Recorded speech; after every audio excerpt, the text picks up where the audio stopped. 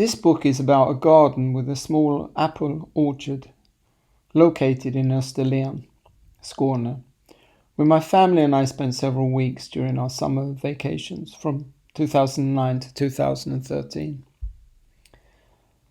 The book begins with a fine text from poet Tony Lopez, an old school friend from my Brixton school days.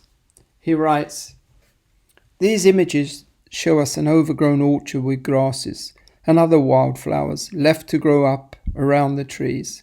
Among them nettles, campanulas and cow parsley.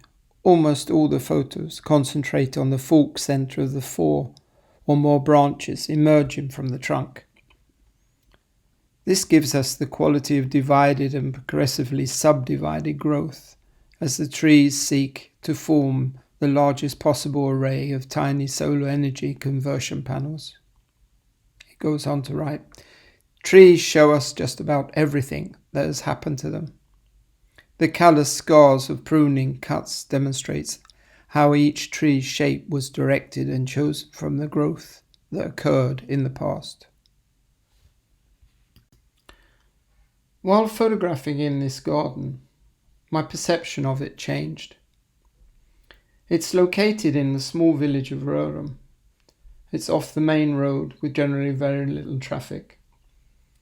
As I stood still with my camera on a tripod, the light and sounds around me just changed. Eagles flew high above, butterflies danced, and the wind shifted the leaves and the grass. At the back of the book, I write a short text about a very different garden, the garden of my childhood.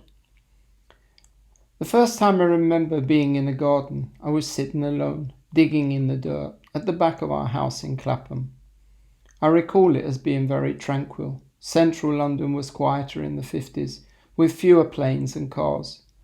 There were carpenters and builders who shared the premises that adjoined our little strip of land, and I would hear them as they came and went, but it was peaceful and secluded enough for me to merge into the mini landscape I had made.